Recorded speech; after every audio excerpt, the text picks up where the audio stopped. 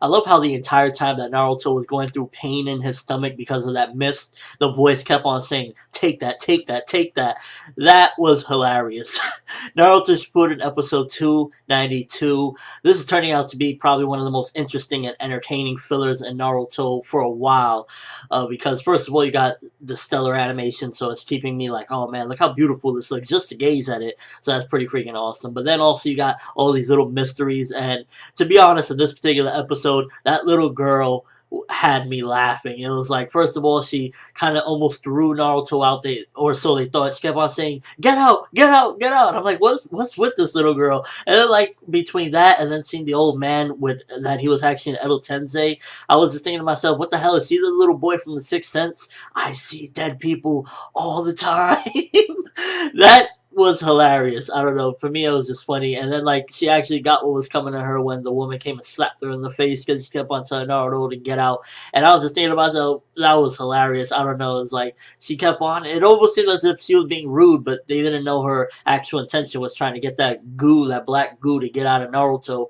And then it was pretty freaking epic. I really enjoyed that because I thought we would never see another moment in the anime like that again, where basically there was a four tails, even though that was just basically that black mist that copied the QB. It was still freaking awesome to see because, like, I thought, we're never going to see that again. Naruto has kind of passed that stage, but to see that it replicated it and it's going crazy, it attacked Kabuto, it even punched Sakura in the face. Who doesn't love this freaking replica?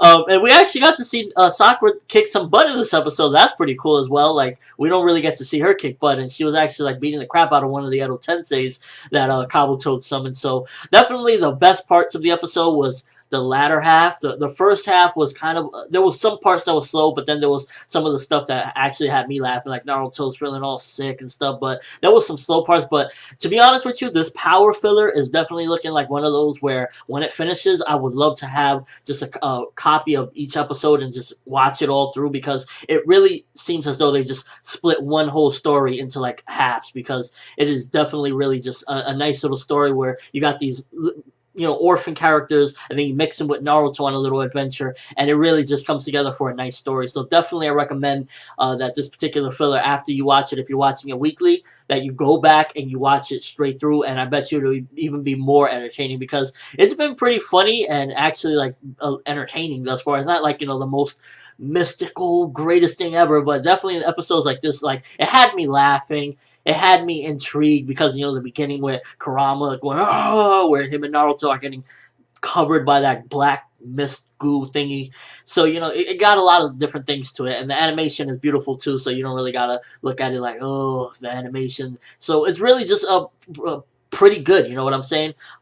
Definitely, one of the things that people say, well, it's filler, I don't watch filler. And if you don't watch filler, that's fine, but for what it is, it's actually pretty decent. Of course, I would like to be on the main story, but episodes like this, it had a lot of different things to it. So I definitely say it was a pretty good episode with a little bit of slow parts here or there in the beginning, but towards like midway through and onward, it was just freaking great. You got so many different things going on, and I just love to see the jokes with like that little girl and Sakura getting punched in the face. I don't know why I find that hilarious, but I do, where that replica just came and punched her. And I can't wait for next week, because in case you haven't seen the preview, basically Konoha 11 along with Guy, and I'm not sure who else are going to show up. So not only do we have some epic stuff going on in the manga with them, but we also got some epic stuff going on in the anime, even though it's filler. But I'm really enjoying this filler. It's actually turning out to be one of the better fillers, unlike some of the previous ones we've had. This is actually like a nice story that is broken up into, I guess, 6 parts, because it's 6 episodes, and